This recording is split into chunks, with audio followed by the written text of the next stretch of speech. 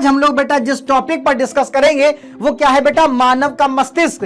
जी हां मेरे प्यारे बच्चों, ये जो मस्तिष्क है, ठीक है, अब ये अग्र मस्तिष्क है और ये पश्च मस्तिष्क है, इन दोनों को जोड़ने का काम कौन करता है, तो वो मध्य मस्तिष्क करता है। इस तरीके से इसकी जो एनाटॉमी है, जो इसके बारे में जो चीजें हैं, वो आपको इस तरीके से फ्लो चार्ट एग्जाम में बना करके आना भैया, कि यह जो लिम्बिक प्रणाली है, जो ये लिम्बिक प्रणाली जो थैलेमस के अंदर होती है, ये क्या करती है, नई यादों के निर्माण में मदद करती है। हेलो मेरे प्यारे बच्चों, कैसे हालचाल हैं? उम्मीद करते हैं कि आप सब बहुत बढ़िया होंगे। मैं आपका दोस्त, आपका शिक्षक मोहित यादव, और मैं आपको यहां पर पढ़ाऊंगा जीव विज्ञान। क्या पढ़ाऊंगा मैं आपको यहां पर? मैं आपको यहां पर पढ़ाऊंगा जीव विज्ञान। और ये जो बैच है, ये समरी सीरीज है, ये समरी सीरीज हमारे क्लास 10th के प्यारे प्यारे बच्चों के लिए चलाई जा रही है, जो किसका काम करती है, जो काम करती है आपके लिए एक क्विक रिवीजन का। क्या? क्विक रिवीजन का काम करती है ना भाई। तो यहां पर हम लोग क्या करते हैं बेटा, यहां पर हम लोग एक लंबे से टॉपिक को, एक लंबी सी क्लास को छोटे से लेक्चर में समराइज करते हैं with in a time limit, जो कि आपकी क्लास 1 घंटे की चलती है ना। तो इस 1 घंटे की क्लास हम लोग एक टॉपिक को कवर करते हैं, और ये जो क्लासेस हैं ये आपको यूट्यूब पर मिलती हैं। पीडब्ल्यू आपके लिए फ्री ऑफ कॉस्ट हर एक चैप्टर, क्लास 10th का हर एक सब्जेक्ट, हर एक सब्जेक्ट का हर एक चैप्टर एक एक टॉपिक वाइज आपके लिए लाता है, और YouTube पर फ्री ऑफ कॉस्ट ये आपके लिए चलती है, जिसको आप आसानी से देख सकते हैं। और आपको जैसा कि पता है, कंटेंट ज्यादा से ज्यादा रहता है, कंटेंट की कोई कमी नहीं रहती है, क्वालिटी भरपूर रहती है ना। तो चलो भाई, तो आज हम लोग इस समरी सीरीज में क्या पढ़ने वाले हैं बेटा, आज हम लोग यहां पर जिस चैप्टर को डिस्कस करने वाले हैं उसका नाम है नियंत्रण एवं समन्वय। क्या नाम है बेटा? नियंत्रण एवं समन्वय इस चैप्टर का नाम है, और ये आपका दूसरा लेक्चर है। कौन सा लेक्चर है बेटा? दूसरा लेक्चर है। पहले लेक्चर में हम लोगों ने क्या किया था? पहले लेक्चर में हम लोगों ने नियंत्रण और समन्वय में आने वाले जो महत्वपूर्ण टॉपिक थे, जो उसकी शुरुआत थी, जो उसका बेसिक था, वो बेसिक हम लोगों ने क्लियर किया था, किस तरीके से हमारी बॉडी में नियंत्रण और समन्वय की प्रक्रिया होती है। ठीक है ना। आपको जैसे कि कोई टच कर ले, आपको पता चल जाता है, आपका हाथ गर्म पानी में जाता है, आप झटके से उसको पीछे हटा लेते हैं, तो ये क्या होता है? प्रतिवर्ती क्रिया होती है, जिसके माध्यम जो ये पथ होता है, जिसके माध्यम से ये क्रिया होती है, उसको प्रतिवर्ती चाप कहते हैं। ये सारे पॉइंट हम लोगों ने डिस्कस किए थे। इसके अलावा जो इस चैप्टर का जो शुरुआत का बहुत ही ज्यादा महत्वपूर्ण टॉपिक था, जिसको हम लोग बोलते हैं तंत्रिका तंत्र, जिसकी इकाई होती है तंत्रिका कोशिका, अंग्रेजी में जिसको न्यूरॉन कहते हैं, उसको भी हम लोगों ने डिस्कस किया था। अच्छा भाई, ये तो हो गई पहले की बातें। तो आप सोच रहे हो कि सर ये तो आपने पहले करवाया था ना, आज क्या नया लाने वाले हैं, आज ऐसा क्या खास है? बेटा आज जो आपके लिए खास है वो है मानव का मस्तिष्क, मतलब आपका मस्तिष्क। क्या है बेटा? आपका ह्यूमन ब्रेन। आज हम लोग बेटा जिस टॉपिक पर डिस्कस करेंगे वो क्या है बेटा, मानव का मस्तिष्क। जी हां मेरे प्यारे बच्चों, ये जो मस्तिष्क है, ये जो खुराफाती तुम्हारा दिमाग है, जो सिर्फ पढ़ाई में नहीं लगता है, बाकी सब जगह लगता है, आज हम लोग इसकी चर्चा अपने इस लेक्चर में करने वाले हैं। है कि नहीं भाई? सही कह रहा हूं कि नहीं? सिर्फ पढ़ने को ना बोलो, बाकी दुनियादारी का कोई भी काम होगा वो हमारा मस्तिष्क कर देगा, है ना। पढ़ाई को छोड़ करके कोई भी काम करने को कह दो, बहुत तेज दिमाग लगता है भाई साहब, है ना। तो इसका मतलब यह है कि किसी के पास भी मस्तिष्क की कोई कमी नहीं होती है। ऐसा नहीं होता है कि आपके पास या किसी के भी पास जिसका मन पढ़ाई में नहीं लगता है, इसका मतलब कि उसके पास दिमाग नहीं है। क्या ऐसा बिल्कुल भी नहीं होता है। क्यों? क्योंकि आप खेलने में नंबर 1, खुराफात में नंबर 1, है ना, कलाकारी में नंबर 1, जो काम किसी से ना हो रहा है वो काम तुमसे करवा लिया जाए उसमें भी नंबर 1, लेकिन पढ़ाई नहीं होगी भाई साहब। पढ़ने को ना बोलो। क्यों? पढ़ने में ना जो मेरा मस्तिष्क है वो थोड़ा काम नहीं करता है। क्यों? क्योंकि हमारा मन नहीं लगता है। क्या नहीं लगता है? मन नहीं लगता है ना। तो अपने इस मन को जगाना है, और अपने मन को इस मस्तिष्क से जोड़ते हुए दिमाग के सारे घोड़े दौड़ा लेने हैं। तो आज हम लोग अपने अपने दिमाग के सारे घोड़े दौड़ाएंगे और यहां पर देखेंगे कि मानव के मस्तिष्क में क्या क्या चीजें होती हैं, ठीक है ना। इसकी एनाटॉमी के बारे में समझेंगे, इसके मस्तिष्क के पार्ट समझेंगे, मस्तिष्क के कौन कौन से भाग होते हैं, ये सारी की सारी चीजें हम लोग आज अपने इस लेक्चर में नियंत्रण और समन्वय, अंग्रेजी में कंट्रोल एंड कोऑर्डिनेशन कहते हैं, इसको हम लोग डिस्कस करने वाले हैं। तो चलिए शुरुआत करते हैं और देखते हैं बेटा। जैसा कि आपको यहां पर दिख रहा है, यहां पर क्या लिखा है बेटा, ये लिखा है मानव का तंत्रिका तंत्र। तो हम लोगों ने ये पिछली क्लास में पढ़ा था, है ना, कि जो तंत्रिका तंत्र होता है, जो ह्यूमन का जो नर्वस सिस्टम होता है, क्या होता है, जो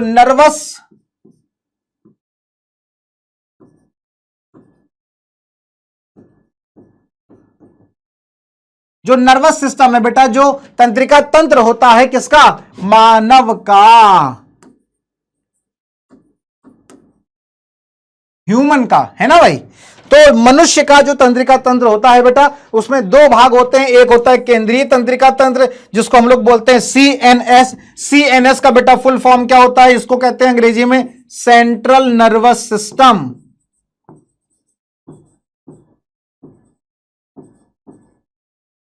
क्या कहते हैं बच्चा, सेंट्रल नर्वस सिस्टम। तो सी से हो गया सेंट्रल, एन से हो गया नर्वस, एस से हो गया सिस्टम। तो सी एन एस मतलब सेंट्रल नर्वस सिस्टम, मतलब केंद्रीय तंत्रिका तंत्र। हमने आपको पिछली क्लास में बताया था कि केंद्रीय तंत्रिका तंत्र क्या होता है, जो हमारे केंद्र में स्थित होता है। और हमारे केंद्र में क्या है, हमारे केंद्र में सबसे पहले हमारा मस्तिष्क, और इस मस्तिष्क के बाद फिर पीछे की तरफ यहां से इस गर्दन से जुड़ी हुई जो संरचना होती है, जिसको हम लोग क्या कहते हैं, स्पाइनल कॉर्ड कहते हैं, मेरुरज्जु कहते हैं। तो बेटा इस केंद्रीय तंत्रिका तंत्र के कितने भाग हो जाएंगे, दो। पहला हो जाएगा मस्तिष्क और दूसरा हो जाएगा मेरुरज्जु। है कि नहीं भाई, है कि नहीं, सही बात है कि नहीं।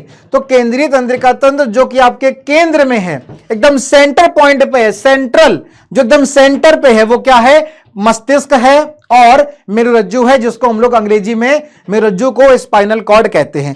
वहीं जब हम बात करेंगे परिधीय तंत्रिका तंत्र की, तो इसको शॉर्ट में पीएनएस कहते हैं।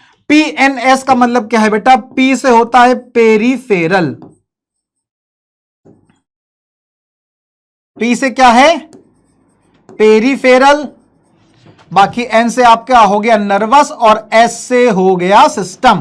तो peripheral nervous system, PNS, Hindi में जिसको हम लोग कहते हैं परिधीय तंत्रिका तंत्र। ये परिधीय तंत्रिका तंत्र क्या है भाई, तो ये हम लोग को इसको दो भागों में बांट सकते हैं। एक कपाल तंत्रिका, कपाल तंत्रिका का मतलब क्या है, कपाल तंत्रिका का मतलब है वो तंत्रिकाएं जो हमारे मस्तिष्क में हैं, जो हमारे कपाल में है। जो मस्तिष्क है ये एक तरह के आवरण के अंदर सुरक्षित रहता है, जिसको कपाल कहते हैं। तो इसके पास, इसके अंदर जो तंत्रिकाएं होती हैं, किसके अंदर, मस्तिष्क के अंदर, उसको कपालीय तंत्रिकाएं कहते हैं। और दूसरा क्या हो जाएगा, मेरु तंत्रिकाएं।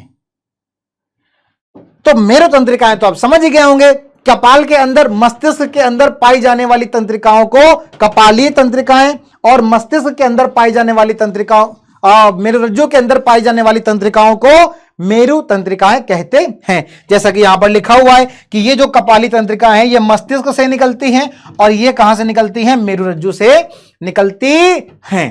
क्लियर है पॉइंट यहां पर। तो ये हो गया एक बेसिक सी चीज, जिसमें आज हम लोग क्या डिस्कस करने वाले हैं, आज हम लोग केंद्रीय तंत्रिका तंत्र के अंदर पाए जाने वाले मस्तिष्क का यहां पर वर्णन करने वाले हैं। और ये है आपका प्यारा सा खूबसूरत सा मस्तिष्क, है ना, जो कि तुम्हारे पास बहुत ज्यादा है, बहुत तेज चलता है, बहुत तेज चलता है भाई साहब, है ना। तो ये जो मस्तिष्क है जो कि बहुत तेज चलता है, आज हम लोग पढ़ेंगे इसकी एनाटॉमी के बारे में। एनाटॉमी का मतलब क्या है कि हम लोग मस्तिष्क के बारे में समझेंगे, ठीक है। तो आपको यहां पर ये इतना सारा चित्र दिखाई दे रहा, बढ़िया रंग बिरंगा दिखाई दे रहा, अच्छा मेरा मस्तिष्क ऐसा होता है, इतना स्मार्ट। हाँ भाई बिल्कुल सही बात है, बहुत स्मार्ट होता है ये मस्तिष्क। लेकिन आज हम लोग इसमें क्या डिस्कस करेंगे, डिस्कस ये करेंगे कि बेटा ये जो मानव का मस्तिष्क है, इसके कितने भाग होते हैं। तो इसके तीन भाग होते हैं। कहां लिख दें, यही लिख देते हैं। कितने भाग होते हैं बेटा, पहली बात तो इसके तीन भाग होते हैं। पहला वाला क्या होता है, पहले वाले को बोलते हैं अग्र मस्तिष्क। क्या बोलते हैं बेटा,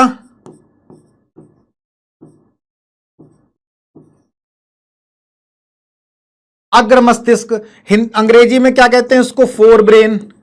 ये फोर आपका FOUR वाला फोर नहीं है, ठीक है ना, FORE है ये, जो तुम लिख दो कि फोर FOUR, वो नहीं है, ठीक है। तो एक हो गया अग्र मस्तिष्क, उसको अंग्रेजी में कहते हैं फोर ब्रेन। दूसरा है मध्य मस्तिष्क,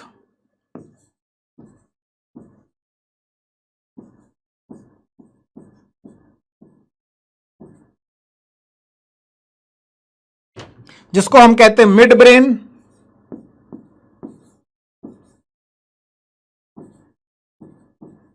ठीक, तो एक हो गया अग्र मस्तिष्क, दूसरा है मध्य मस्तिष्क, और तीसरा होता है पश्च मस्तिष्क,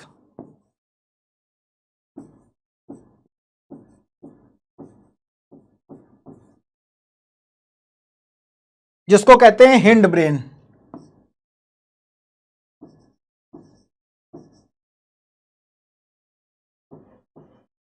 क्या कहते हैं, हिंड ब्रेन, ठीक है। तो एक क्या है बेटा, अग्र मस्तिष्क है, दूसरा क्या है, मध्य मस्तिष्क है, और तीसरा क्या है, पश्च मस्तिष्क है। ठीक, तो यहां पर आपको तीन भाग मिल गए, मस्तिष्क के कितने भाग मिल गए, तीन।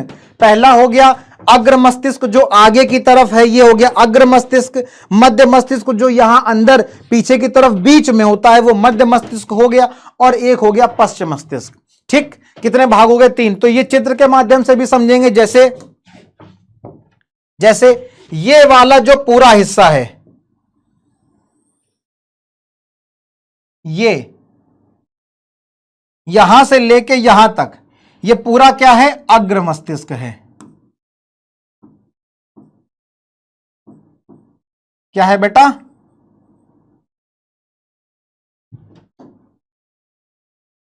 अग्र मस्तिष्क है। ठीक, अब ये वाला जो तुम हिस्सा देख रहे हो, ये वाला, यहां से ये वाला क्या है, ये मध्य मस्तिष्क है।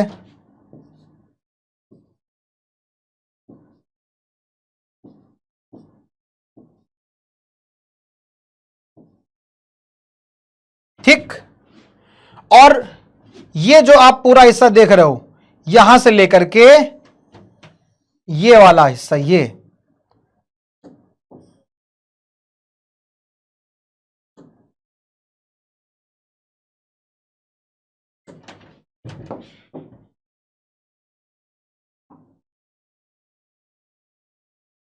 वाला जो आप हिस्सा देख रहे हो,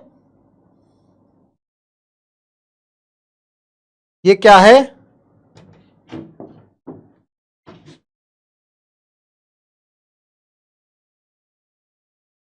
ये है पश्च मस्तिष्क।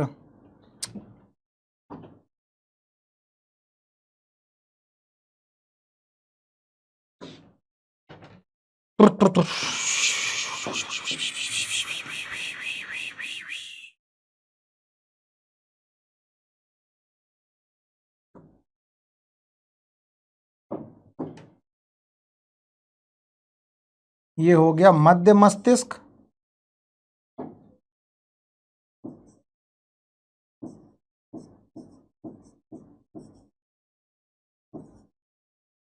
ठीक, और ये हो गया आपका पश्च मस्तिष्क।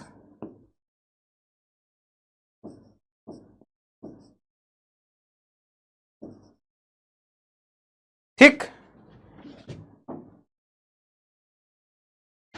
ठीक है ना। तो कितने भाग हो गए बेटा, तीन। पहला क्या हो गया, अग्र मस्तिष्क, दूसरा क्या हो गया, मध्य मस्तिष्क, और तीसरा क्या हो गया, पश्च मस्तिष्क।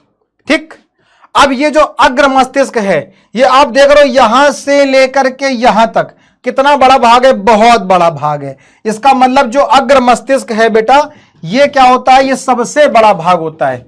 अग्र मस्तिष्क क्या होता है बेटा,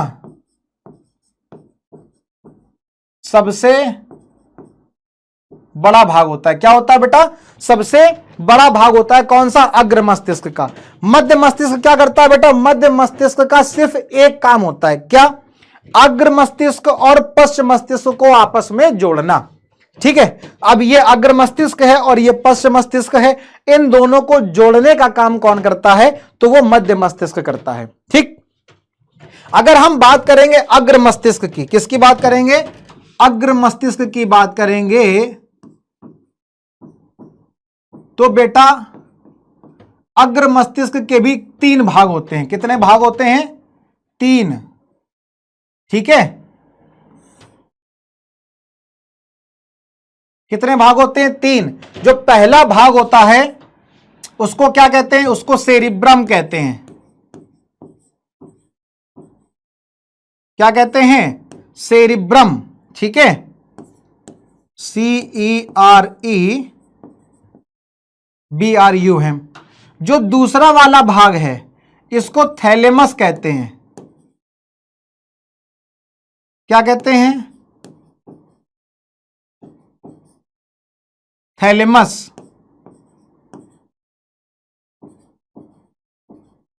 ठीक, और जो तीसरा वाला भाग है इसको क्या कहते हैं? इसको हाइपोथैलेमस कहते हैं।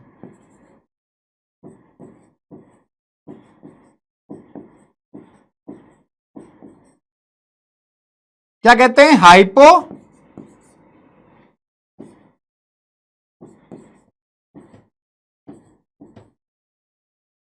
हाइपोथैलेमस कहते हैं। ठीक, तो अग्र मस्तिष्क के पहले वाले भाग को सेरिब्रम, दूसरे को थैलेमस और तीसरे को हाइपोथैलेमस कहते हैं। तो कितने भाग हो गए बेटा? यहां पर 3। कितने भाग हो गए? 3 भाग हो गए। एक हो गया थैलेमस और एक हो गया सेरिब्रम। सेरिब्रम को हम लोग प्रमस्तिष्क भी कहते हैं। सेरिब्रम को और क्या कह सकते हैं? प्रमस्तिष्क।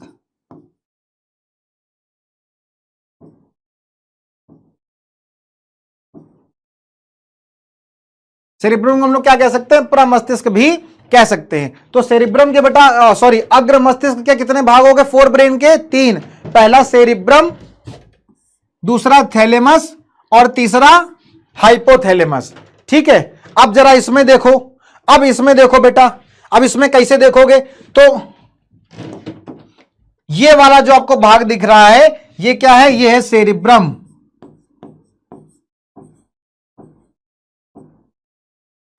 क्या है बेटा? सेरिब्रम। ठीक है, अब आ जाओ थैलेमस और हाइपोथैलेमस।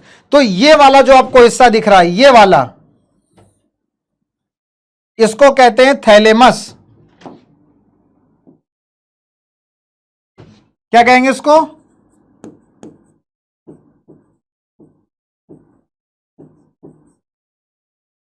थैलेमस। ठीक है, और नीचे की तरफ जो ये वाला हिस्सा आपको दिख रहा है, ये वाला, इसको बोलेंगे हाइपोथैलेमस।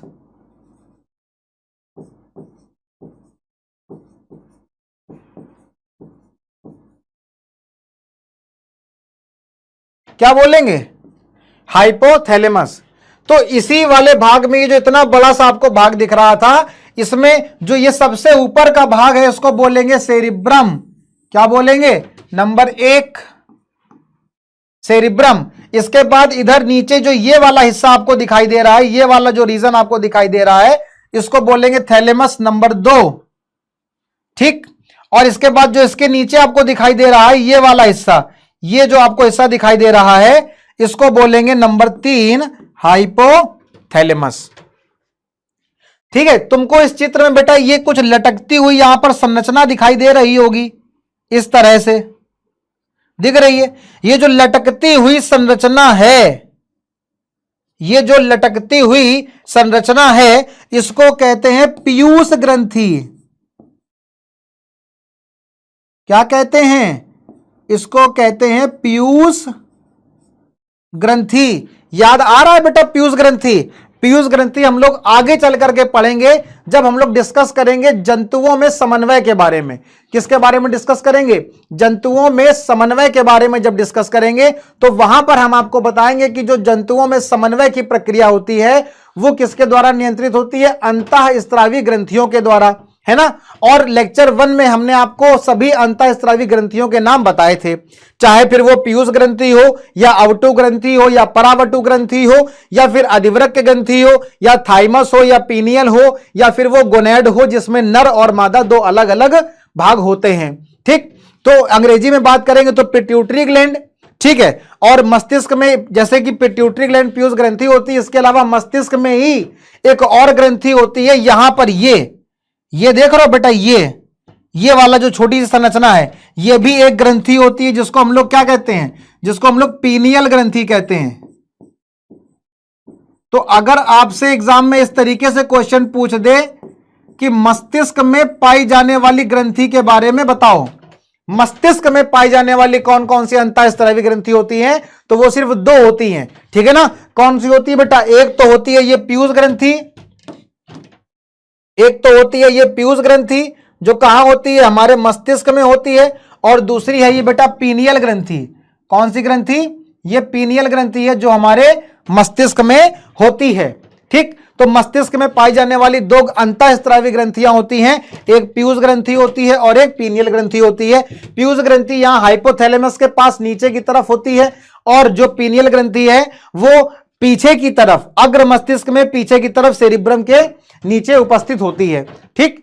अगर हम बात करेंगे गले में पाई जाने वाली अंतःस्रावी ग्रंथि की, तो गले में पाई जाने वाली अंतःस्रावी ग्रंथियां कितनी होती हैं, दो, एक थायराइड, एक पैराथायराइड, हिंदी में कहते हैं अवटु और परावटु ग्रंथि, ठीक। तो दो हो गई, एक हो गई पीयूष और दूसरी पीनियल, दो, तीसरी हो गई गले में पाई जाने वाली अवटु मतलब थायराइड, और चौथी परावटु मतलब कि पैराथायराइड, चार ग्रंथियां हो गई, ठीक है। इसके बाद पाई जाए, एक हो गई अधिवृक्क ग्रंथि जिसको कहते हैं एड्रिनल ग्लैंड, एक हो गई थाइमस ग्रंथि, ठीक।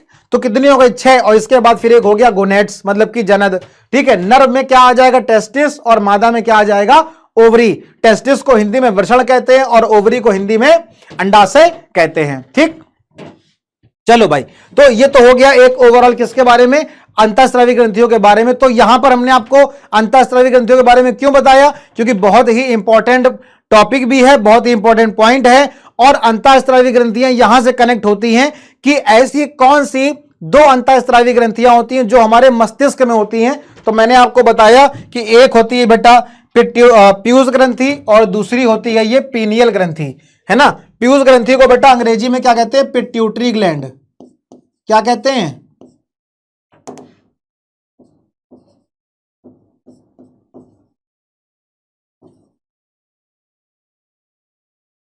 पिट्यूटरी ग्लैंड कहते हैं। इसको हम लोग मास्टर ग्रंथि भी कहते हैं, क्या कहते हैं इसको हम लोग, पीयूष ग्रंथि को हम लोग मास्टर ग्रंथि भी कहते हैं, मास्टर ग्लैंड।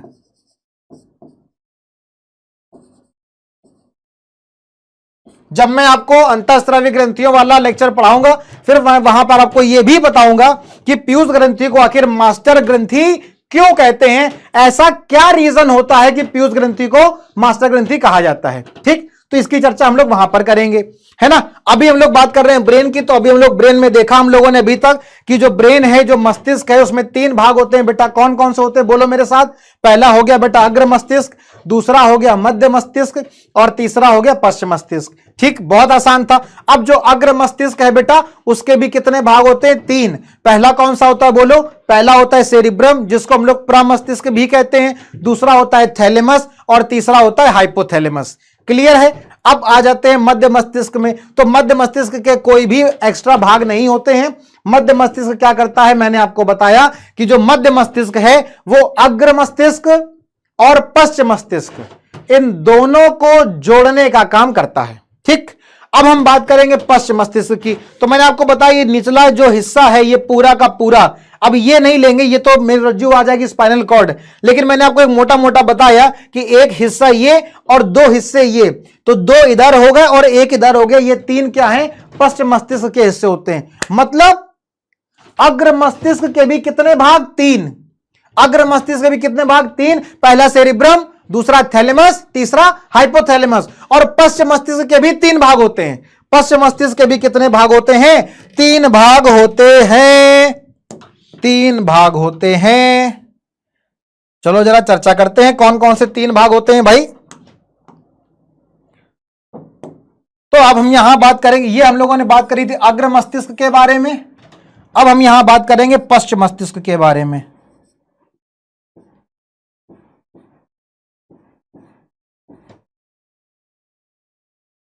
ठीक। और जब हम बेटा पश्च मस्तिष्क के बारे में चर्चा करेंगे तो हम ये भी देखेंगे कि पश्च मस्तिष्क के कितने भाग है, 3। पहला होता है पोन्स,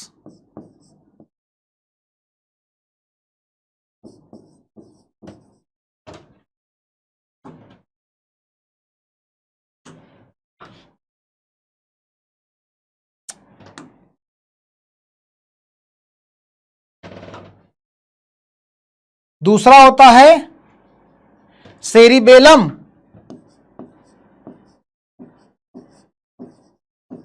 ये सेरिबेलम है बेटा, सेरिब्रम नहीं है, ये सेरिब्रम था, ये सेरिबेलम है।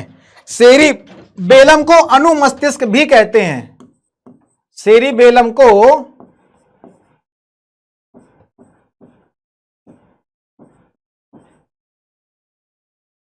अनुमस्तिष्क भी कहते हैं, ठीक। और तीसरा है आपका, तीसरा है मध्यांश। तीसरा क्या है बेटा, तीसरा है मध्यांश, जिसको हम लोग अंग्रेजी में क्या कहते हैं, मेड्यूला ओब्लंगाटा। कभी कभी हिंदी में ऐसे लिखा मिल जाता है, मेड्यूला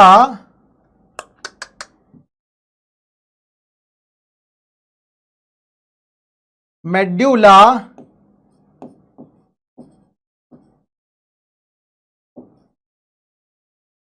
ओब्लंगाटा, ठीक भाई। तो पश्च मस्तिष्क के भी कितने भाग हो गए, 3।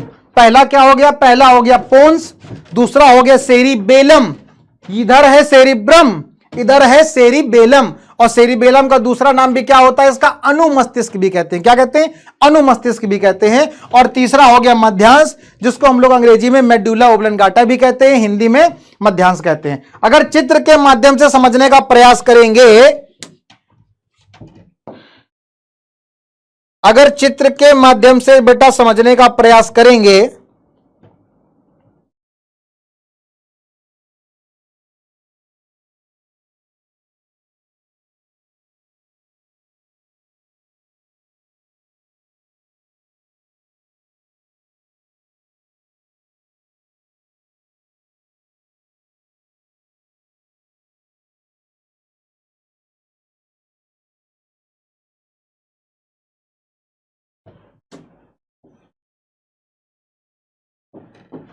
तो भाई अगर चित्र के माध्यम से समझने का प्रयास करेंगे तो ये वाला जो हिस्सा है, ये वाला, इसको बोलेंगे पोन्स। क्या कहेंगे, पोन्स। और ये वाला जो हिस्सा है, इसको बोलेंगे मध्यांश।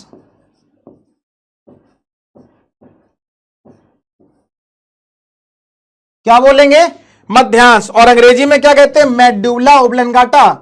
लेकिन आपको ये हिंदी में ही देखने को मिलेगा, मेड्यूला। कभी कभी क्या करते हैं ना कि मध्यांश ना लिख करके तुमको कंफ्यूज करने के लिए क्या लिख देंगे,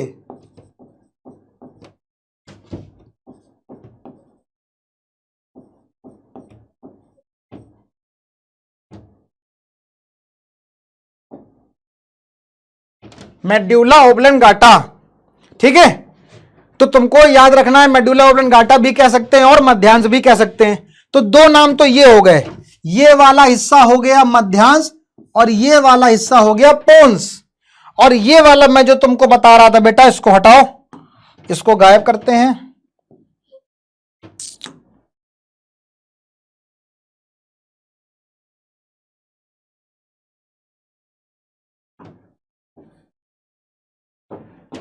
जो ये वाला हिस्सा आप देख रहे हो, इसको क्या कहते हैं, ये वाला जो हिस्सा नीचे की तरफ है, इसको कहते हैं अनुमस्तिष्क।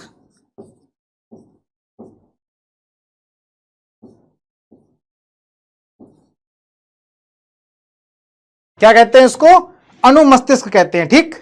तो बेटा आप लोगों ने देखा यहां पर सारे नाम हो गए, सारे नाम हो गए ना। मेरे को क्लियर करो पहले फटाफट, जल्दी से मेरे को क्लियर करो कि अगर पश्च मस्तिष्क की बात करेंगे तो पश्च मस्तिष्क के कितने हिस्से हो गए बेटा, 3। कौन कौन से हिस्से हो गए, जल्दी बोलो जल्दी बोलो, जल्दी, क्विक क्विक क्विक। पहला हो गया पोन्स, दूसरा हो गया सेरिबेलम। सेरिबेलम अंग्रेजी शब्द है, सेरिबेलम क्या है, अंग्रेजी शब्द है, हिंदी में अनुमस्तिष्क, अंग्रेजी में सेरिबेलम, CEREBELLUM, सेरिबेलम। जैसे कि इसको हम लोग क्या कह रहे थे, सेरिब्रम, और क्या कहते हैं, प्रमस्तिष्क, है ना, किसमें, अग्र मस्तिष्क में। लेकिन पश्च मस्तिष्क में क्या आ गया, सेरिबेलम, और हिंदी में क्या बोलेंगे, अनुमस्तिष्क। और तीसरा भाग हो गया ये वाला हिस्सा, नीचे वाला हिस्सा, ये क्या है, मध्यांश है, जिसको अंग्रेजी में मेड्यूला ओब्लंगाटा कहते हैं। तो भैया मस्तिष्क के 3 भाग और बाकी सबके 3-3 भाग, खाली मध्य मस्तिष्क को छोड़ करके। मस्तिष्क के 3 भाग, अग्र मस्तिष्क, मध्य मस्तिष्क, पश्च मस्तिष्क, बाकी सबके 3 भाग, खाली मध्य मस्तिष्क को छोड़ दो। तो अग्र मस्तिष्क कितने, 3, फिर से 3, कौन कौन से 3, पहला हो गया भैया सेरिब्रम, जिसको हम लोग कहते हैं प्रमस्तिष्क, पहला क्या हो गया, सेरिब्रम, और दूसरा क्या हो गया, दूसरा हो गया थैलेमस, और तीसरा क्या हो गया, तीसरा हो गया हाइपोथैलेमस। अभी सिर्फ खाली नाम याद कर रहे हैं, बाद में इसके काम भी याद करेंगे, ठीक। तो ये हो गए 3 नाम किसके, अग्र मस्तिष्क के। मध्य मस्तिष्क, अग्र मस्तिष्क और पश्च मस्तिष्क को जोड़ने का काम करता है, ठीक है ना, वहां भैया भाई बहन की भूमिका निभाता है ये। तीसरे की बात करेंगे अगर पश्च मस्तिष्क की, तो पश्च मस्तिष्क के भी कितने भाग, 3। पहला कौन सा भाग है, पहला है पोन्स, पहला कौन सा है, पोन्स। दूसरा कौन सा आ जाएगा, दूसरा आ जाएगा सेरिबेलम। कौन सा आ जाएगा, सेरिबेलम, कंफ्यूज नहीं होना है सेरिब्रम से, सेरिब्रम ऊपर है, सेरिबेलम नीचे है।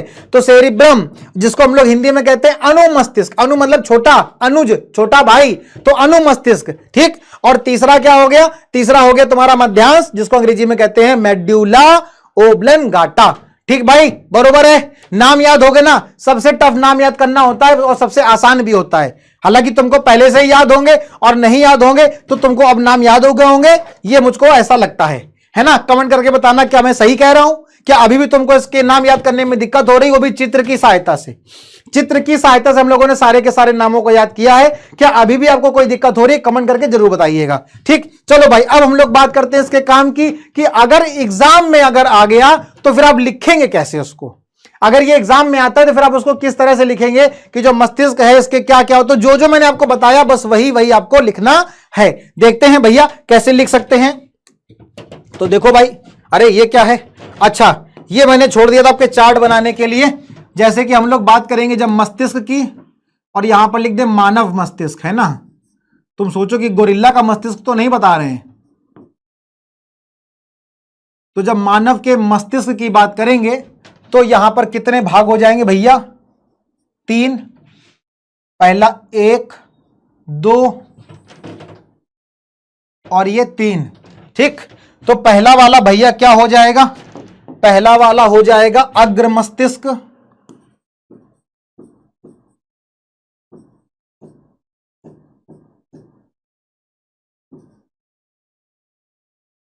ठीक। दूसरा हो जाएगा भैया मध्य मस्तिष्क,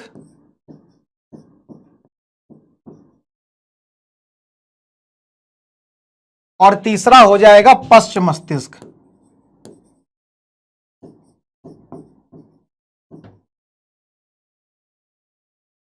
ठीक है ना। अंग्रेजी की बात कर ली जाए अगर,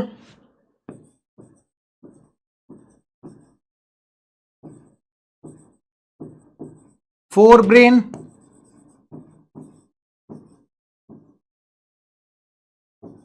मिड ब्रेन,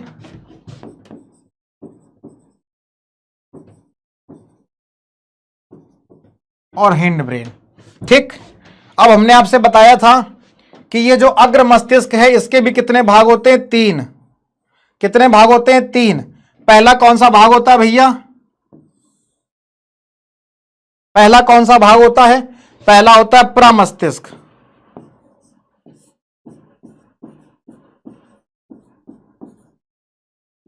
पहला क्या होता है, प्रमस्तिष्क, जिसको हम लोग क्या कहते हैं, और सेरिब्रम भी कहते हैं।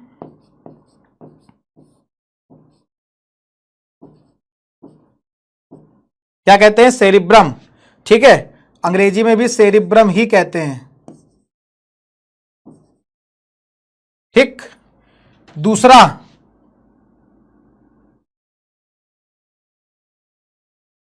दूसरा क्या होता है, दूसरा होता है थैलेमस,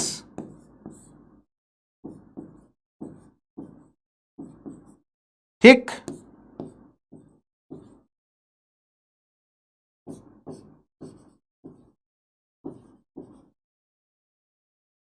और तीसरा बेटा होता है आपका हाइपोथैलेमस।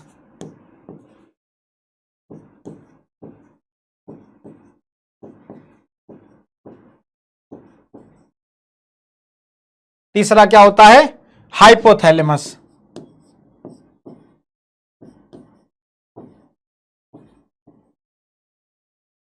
ठीक है भैया। तो मध्य अग्र मस्तिष्क कितने भाग, 3, प्रमस्तिष्क, थैलेमस और हाइपोथैलेमस। मध्य मस्तिष्क क्या करता है बेटा, तो मध्य मस्तिष्क जो है अग्र मस्तिष्क और पश्च मस्तिष्क को जोड़ने का काम करता है।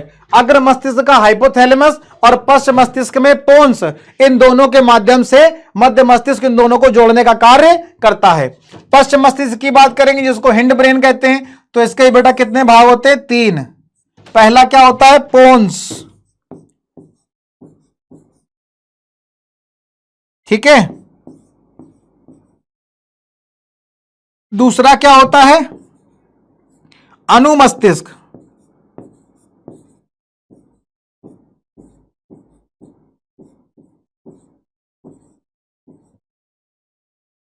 दूसरा क्या होता है, अनुमस्तिष्क, ठीक है।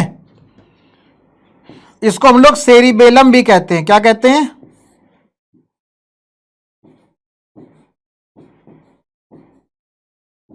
सेरिबेलम भी कहते हैं।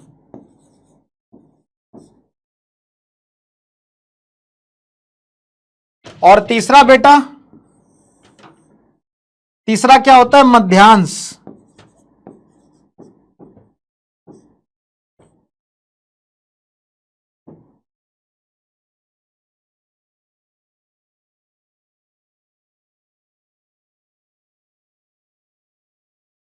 जिसको हम लोग क्या कह सकते हैं, मेड्यूला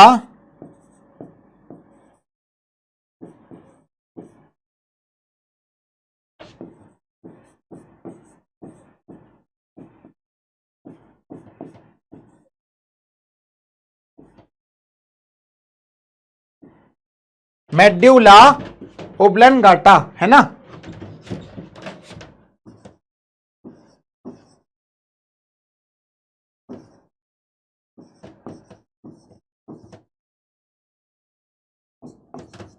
मेड्यूला ओब्लंगाटा, क्लियर है ना। तो ये किसकी बात हो गई भैया, ये हो गई मानव मस्तिष्क की बात। किसकी बात हो गई, मानव मस्तिष्क की बात हो गई। ये जो मानव मस्तिष्क है, ये इस तरीके से इसकी जो एनाटॉमी है, जो इसके बारे में जो चीजें हैं, वो आपको इस तरीके से फ्लो चार्ट एग्जाम में बना करके आना भैया। देखने के लिए नहीं बना रहे हैं तुम्हारे, किसके लिए बना रहे हैं, तुमको इसी तरीके से एग्जाम में अगर ये क्वेश्चन पूरा आता है कि मानव मस्तिष्क का सचित्र वर्णन करें, मतलब चित्र सहित उसका वर्णन करें, तो आप उसका चित्र बनाएंगे। हालांकि चित्र पूछा नहीं जाता है ना, आपको चित्र दे दिया जाएगा, उसमें नेमिंग करनी होगी, उसके नाम लिखने होंगे, तो नाम आप लिख दोगे। मैंने आपको अभी बताया कि नाम आपको किस तरीके से लिखने हैं, तो सारे नाम मैंने आपको बताए हैं। अभी आखिरी में इसका रिवीजन भी करवाएंगे कि नाम किस तरीके से लिखने हैं, ठीक है ना। और इस तरीके से फिर आपको ये फ्लो चार्ट भी एग्जाम में बना करके आना है, तभी भैया आपको बायो में जो है मार्क्स बहुत अच्छे मिलेंगे, है ना। जब आप फ्लो चार्ट का भी प्रयोग करेंगे, आप उसको लिखेंगे भी, है ना, डायग्राम और नेमिंग सब आप जब बताएंगे उसको, तो आपको फिर पूरे में पूरे मार्क्स बायो में, जीव विज्ञान में मिलते हैं, ठीक है ना। तो यही कला होती है। अब हम बात करते हैं कि भैया लिखेंगे किस तरीके से, कि मान लो चलो फ्लो चार्ट तो इस तरीके से बता दिया सर आपने, अब लिखने का काम किस तरीके से करेंगे, तो लिखने का काम इस तरीके से करेंगे। क्या कह रहा भाई, ये कह रहा है कि जो मानव मस्तिष्क जो है, जो मस्तिष्क की सभी क्रियाओं के समन्वय का केंद्र होता है। मस्तिष्क क्या होता है, सभी क्रियाओं के समन्वय का केंद्र होता है। इसके 3 मुख्य भाग होते हैं बेटा। कितने मुख्य भाग होते हैं, इसके 3 मुख्य भाग होते हैं। पहला होता है बेटा अग्र मस्तिष्क, दूसरा होता है मध्य मस्तिष्क और तीसरा होता है पश्चिम मस्तिष्क। तो ये 3 इसके मुख्य भाग होते हैं। अगर हम सबसे पहले वाले की चर्चा करेंगे अग्र मस्तिष्क की, तो जो अग्र मस्तिष्क है, ये मस्तिष्क का सबसे अधिक जटिल और विशिष्ट भाग होता है। इसके भी कितने भाग होते हैं बेटा, इसके भी 3 भाग होते हैं। और पहला वाला कौन सा होता है, सेरिब्रम, जिसको हम लोग प्रमस्तिष्क के नाम से भी जानते हैं। सेरिब्रम, है ना, अंग्रेजी में लिखते हैं ना CEREBRUM, सेरिब्रम। और अगर बात होगी सेरिबेलम, तो सेरिबेलम कहां आ जाएगा, पश्चिम मस्तिष्क में चला जाएगा। सेरिबेलम कहां जाएगा, पश्चिम मस्तिष्क में चला जाएगा। तो जो सेरिब्रम है वो मस्तिष्क का क्या होता है बेटा, सबसे बड़ा भाग होता है। क्या होता है, सबसे बड़ा भाग होता है। ये जो अग्र मस्तिष्क का जो सेरिब्रम है ये सेरिब्रल कॉर्टेक्स और अन्य सब कॉर्टेक्स संरचनाओं से बना होता है। इसमें भैया दो सेरिब्रल गोलार्धों से बना होता है। ये जो दो सेरिब्रल, एक होता है दायां सेरिब्रल, एक होता है बायां। जब हमने आपको यहां पर चित्र दिखाया था तो ये जो चित्र है तो ये वाला जो हिस्सा हो गया वो दायां और ये वाला जो हिस्सा हो गया बायां। आप ये जो चित्र देख रहे हो बेटा, ये यहां से यहां तक वाला, ये तो इसमें यहां से यहां तक क्या हो गया, दायां हो गया यहां तक, और फिर यहां से क्या हो गया, बायां गोलार्ध हो गया। किसके द्वारा विभाजित होता है, तो बेटा ये एक संरचना आपको यहां पर दिखाई दे रही है, ये बहुत मोटी सी संरचना, ये वाली,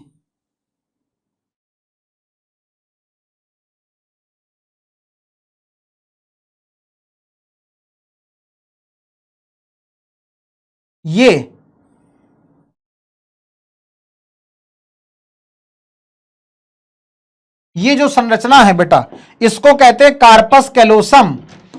क्या कहते हैं इसको? इसको कहते हैं कॉर्पस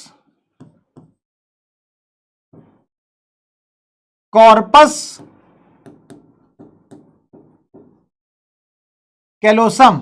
इस कार्पस कैलोसम के माध्यम से जो अग्र मस्तिष्क है वो दो गोलार्धों में विभाजित हो जाता है, एक दायां गोलार्ध होता है और एक बायां गोलार्ध होता है। तो इस प्रकार से यह दो सेरिब्रल गोलार्धों से क्या होता है, दो सेरिब्रल गोलार्धों से बना होता है, जो किसके द्वारा बेटा, कार्पस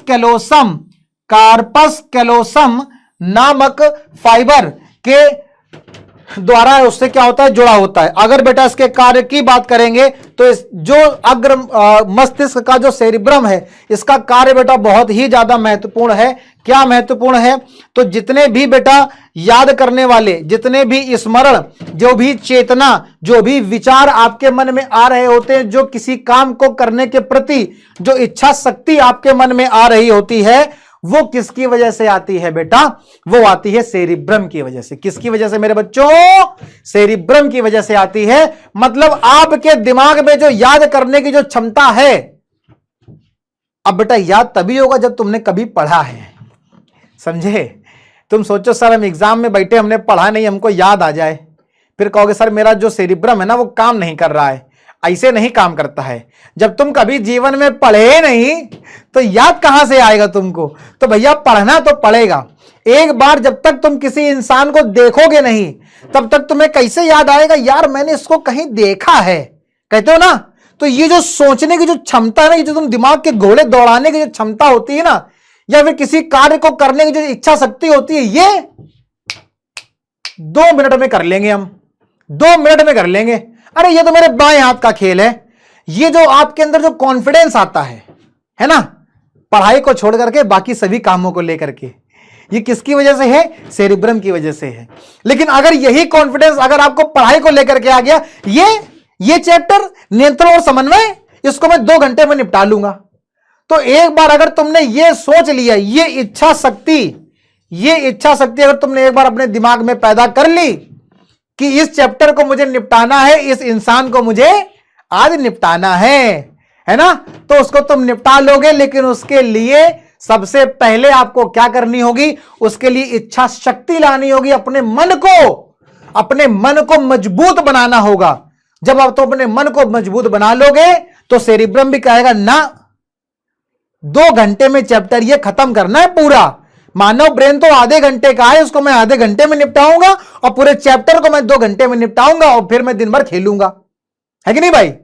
एक फिक्स टाइम कर लो कि मुझे 2 घंटे पढ़ना है, लेकिन 2 घंटे में मुझे टाइम देकर के 2 घंटे नहीं पढ़ना है, कंटेंट देख करके 2 घंटे में पढ़ना है कि इस चैप्टर को या इस टॉपिक को, इस विषय को मुझे खत्म करना है। अब चाहे मैं उसको दिन भर बैठ के पढ़ता रहूं या फिर मैं उसको 1 घंटे में पूरा खत्म कर लूं, तो ये आपके ऊपर निर्भर करता है। और ये जो इच्छा शक्ति है, ये जो सोचने की इच्छा शक्ति होती है, जो याद करने की इच्छा शक्ति होती है, जो ध्यान करने की जो इच्छा शक्ति होती है, ये सिर्फ और सिर्फ इसी सेरिब्रम की वजह से होती है। क्लियर है ना भाई, क्लियर है ना। हां, तो याद करने की इच्छा शक्ति, स्मरण की, चेतना की, या जो मन में विचार आ रहे होते हैं, जो मन में कॉन्फिडेंस आ रहा होता है, ये कॉन्फिडेंस किसकी वजह से आता है बेटा, सिर्फ और सिर्फ सेरिब्रम की वजह से ही आता है। आगे बढ़ेंगे तो हम देखेंगे बेटा आता है थैलेमस, और थैलेमस क्या है बेटा, ये एक छोटी सी संरचना होती है जो मस्तिष्क स्टेम के ठीक ऊपर स्थित होती है। ये क्या करती है, ये इंद्रियों से, कहां से बेटा, इंद्रियों से संवेदी जानकारी प्राप्त करती है और उसको प्रसारित करने के लिए जिम्मेदार होती है। यह गति और समन्वय के लिए भी क्या करती है, मोटर सूचना प्रसारित करती है। यह मोटर सूचना और यह संवेदना हमने आपको पढ़ाया था प्रतिवर्ती क्रिया में, ठीक है ना। अगर आपने नहीं देखा है तो एक बार पहले वाला लेक्चर देख लो, तो ये तुमको पॉइंट जो मोटर सूचना है, जो संवेदी सूचना है, ये तुमको वहां से क्लियर हो जाएगा, ठीक है ना। जो थैलेमस है बेटा, ये मस्तिष्क के भीतर लिम्बिक प्रणाली में बेटा पाया जाता है। ये जो लिम्बिक प्रणाली होती है मुख्य रूप से नई नई यादों के निर्माण और पिछले जो अनुभव होते हैं उनको संग्रहित करने के लिए जिम्मेदार होती है। बहुत बेटा अच्छा पॉइंट है, बहुत बढ़िया, बहुत महत्वपूर्ण पॉइंट लिखा है। क्या लिखा है, इसको हाईलाइट करना बहुत जरूरी है कि यह जो लिम्बिक प्रणाली है, जो ये लिम्बिक प्रणाली जो थैलेमस के अंदर होती है, ये क्या करती है, नई यादों के निर्माण में मदद करती है। और जो पिछले अनुभव हैं बेटा, क्या है, जो पिछले अनुभव हैं उनको भी संग्रहित, उनको इकट्ठा करने की, आपके जो भी पुराने अनुभव रहे हैं, जो आपके पुराने दोस्त रहे हैं, जो बचपन के जो लंगोटिया यार रहे हैं, उनके साथ जो जुड़ी हुई यादें हैं, या मम्मी पापा के साथ जो बचपन में बिताया हुआ समय, अभी भी तुम छोटे ही हो, अभी बचपन ही है तुम्हारा, लेकिन जब तुम 1 साल के 2 साल के हुआ करते थे, तब मम्मी तुमको किस तरीके से खिलाया करती थी, है ना, पापा किस तरह से तुमको दुलार किया करते थे। ये जो पुरानी यादें हैं, जो तुम्हारे दोस्त हैं, तुम लोग खेलने जाया करते थे, एक दूसरे से लड़ा करते थे, लेकिन मन में कोई भी वैर भाव नहीं रहता था। आज जरा सी छोटी बात हो जाती है तो उसको हम लोग दिल में लेकर के बैठ जाते हैं और आपस में दुश्मनी बना लेते हैं। लेकिन क्या बचपन में ऐसा था, जब तुम 2 साल के 3 साल के थे और ग्रुप में खेलने जाया करते थे, वहां पर तुम्हारी आपस में लड़ाई हो गई, एक दूसरे को मार के चले आए, शाम को फिर उसी के साथ खेल रहे हो, शाम को फिर उसी के साथ बैठ के खाना खा रहे हो, है ना। तो ये जो बेटा पुरानी यादें हैं, इनका जो संग्रहण है किसके द्वारा होता है बेटा, थैलेमस के द्वारा होता है, ठीक है ना। जब हम बात करते हैं बेटा हाइपोथैलेमस की, जब हम हाइपोथैलेमस की बात करते हैं बेटा, तो ये जो हाइपोथैलेमस है, ये मस्तिष्क का एक छोटा सा लेकिन बहुत ही आवश्यक हिस्सा होता है। थैलेमस के बेटा ठीक नीचे स्थित होता है और मस्तिष्क का प्राथमिक क्षेत्र माना जाता है। क्यों बेटा, मस्तिष्क का प्राथमिक क्षेत्र मतलब प्राइमरी ऑर्गन, मस्तिष्क का प्राथमिक क्षेत्र अंग्रेजी में कहते हैं प्राइमरी ऑर्गन माना जाता है।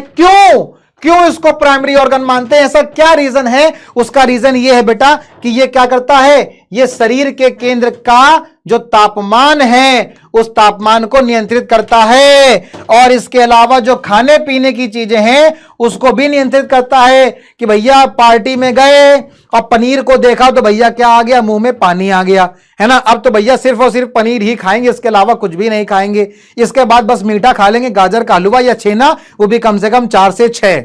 क्यों भाई साहब, भाई हम तो अपनी डाइट को देख करके बात करें, तुम जानो भाई 6 हजम कर भी पाओगे कि नहीं कर पाओगे। हम तो भाई बड़े आराम से खा लेते हैं। 4-5 कटोरी जो गाजर का हलवा होता है ना, वो तो हम भरे पेट में भी खा सकते हैं, है ना। यही मेरी सेहत का राज है, ठीक है ना।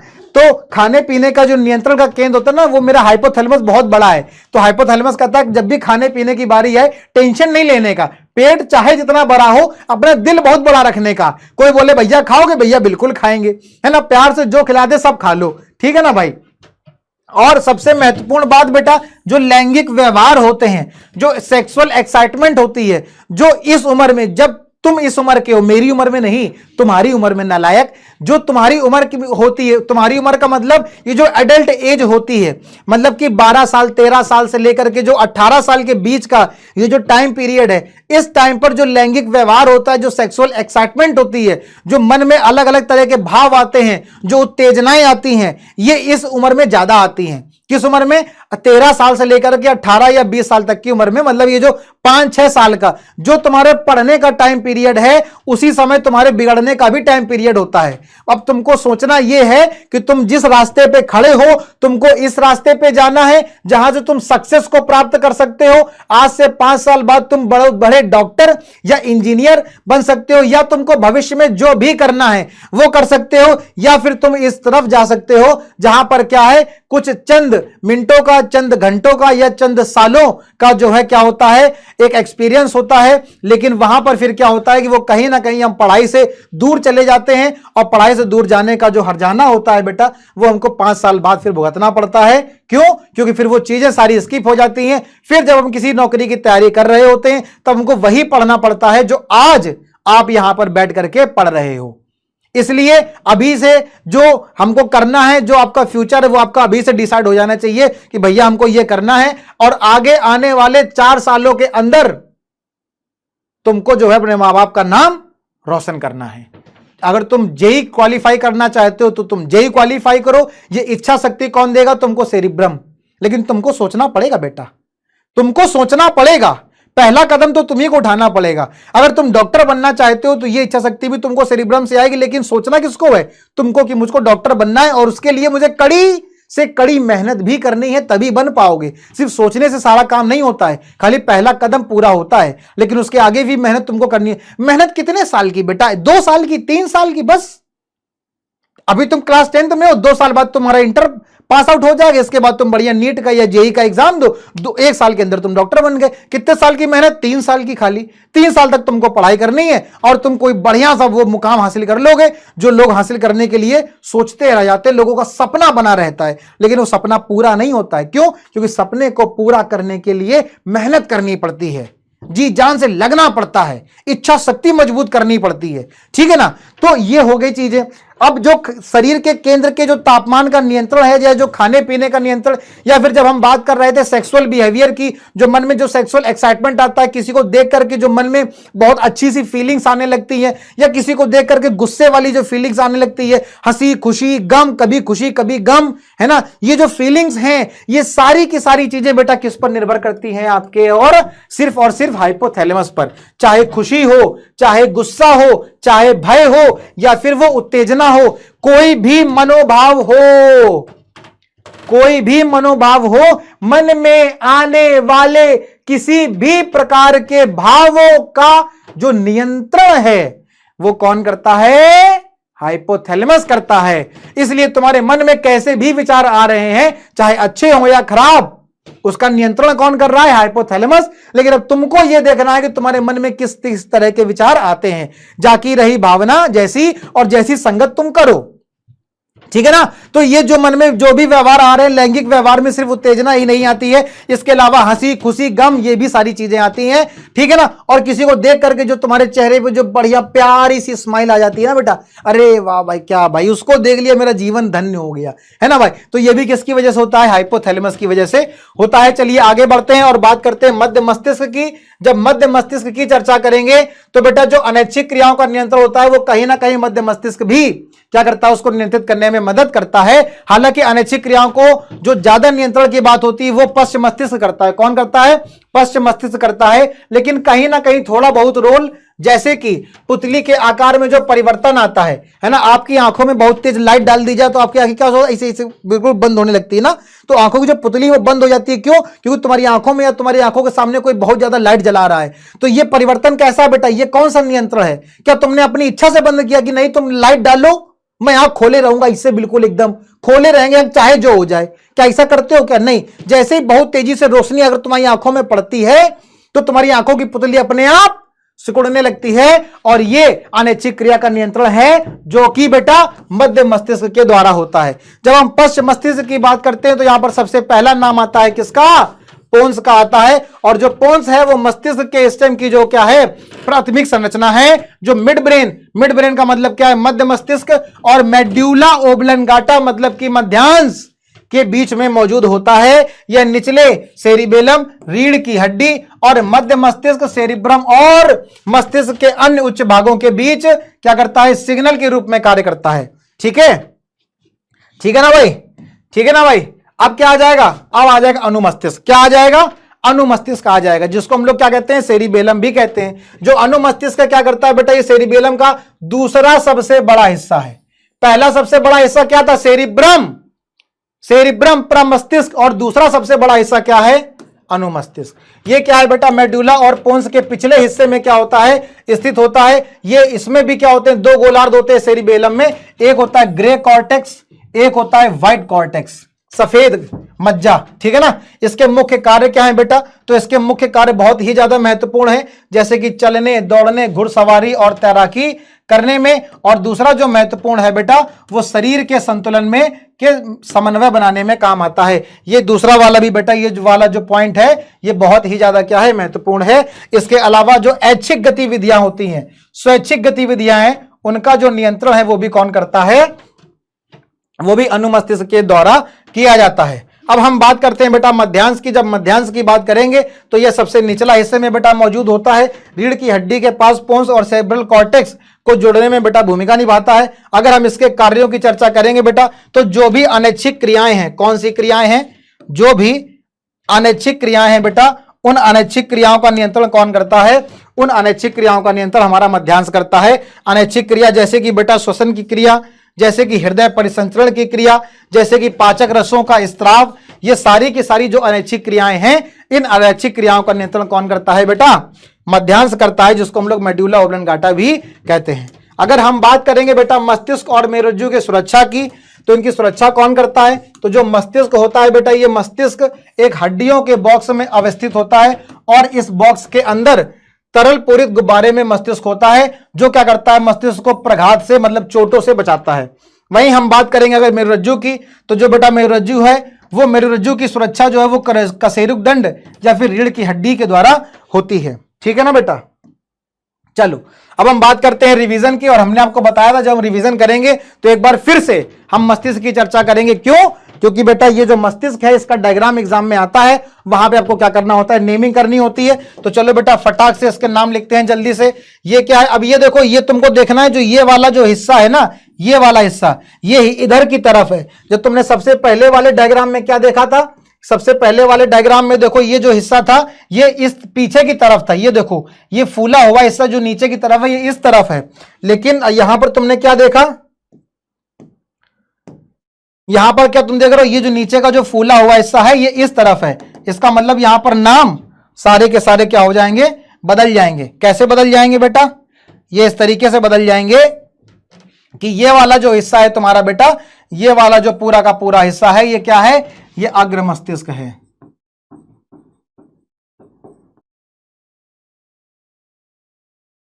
क्या है बेटा, अग्र मस्तिष्क है, ठीक है ना।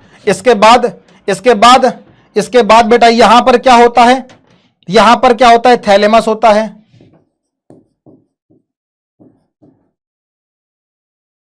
इसके नीचे हाइपोथैलेमस,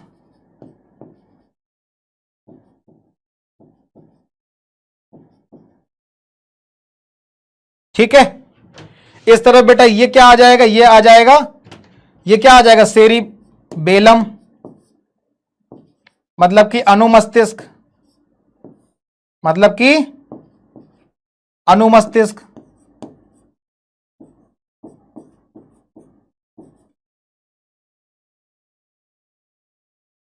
ठीक है ना। अग्र मस्तिष्क यहां पे लिख दिया है हमने।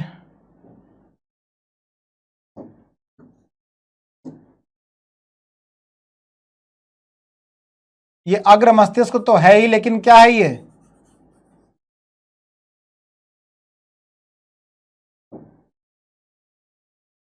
सेरिब्रम है ना, क्या है,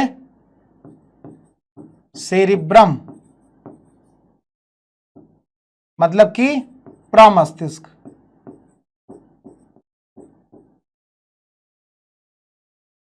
ठीक है ना। सेरिब्रम, थैलेमस और हाइपोथैलेमस, सेरिब्रम, थैलेमस और हाइपोथैलेमस, ये तीनों ही किसके भाग हैं, तीनों ही अग्र मस्तिष्क के भाग है ना भाई, ठीक। वहीं सेरिबेलम और यहां पर क्या आ जाएगा, पोन्स, और नीचे क्या आ जाएगा, मध्यांश, ठीक। ये किसके भाग है बेटा, पोन्स, अनुमस्तिष्क, और ये किसके भाग हैं, ये है पश्च मस्तिष्क के।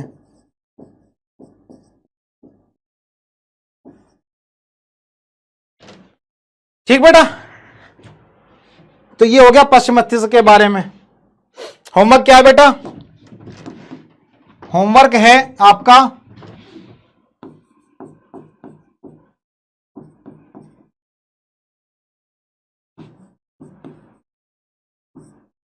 मानव मस्तिष्क की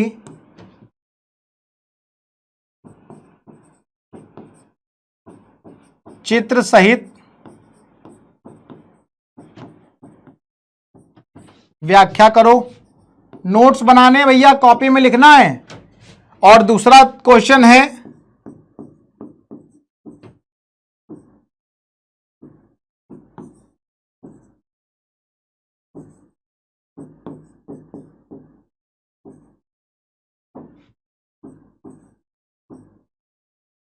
तंत्रिका कोशिका